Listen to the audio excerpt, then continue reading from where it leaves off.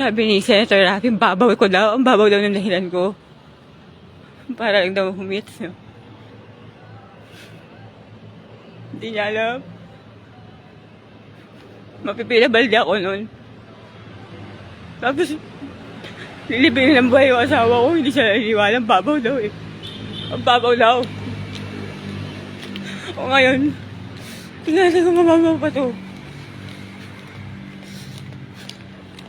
Hindi na ako pwede tumalon sa mababaw. Hindi ako mamamatay. Masasaktan lang ako.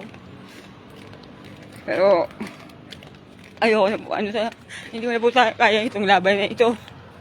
Panalo na po lahat ng mga nagdadasal na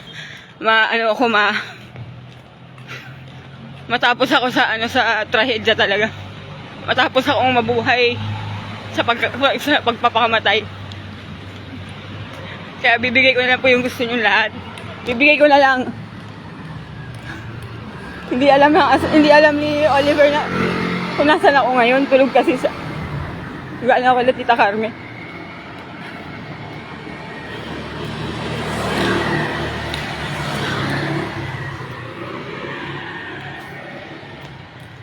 Babaw na dahilan daw.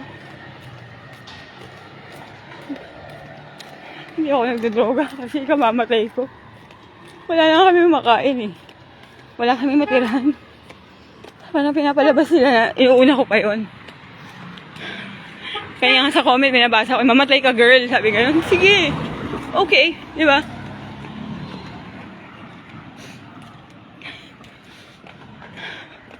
Basta abangan nyo lang mamaya. Para makita nyo na rin yung katapusan ko. Total, nanonood naman kayo, di ba? Lahat naman kayo, inuhusgan ako eh. Shout out to Senator Rafi Tulfo.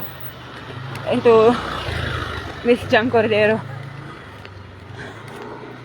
Sana po, ito po talaga yung gusto nyo mangyari sa akin. Gagawin ko na po.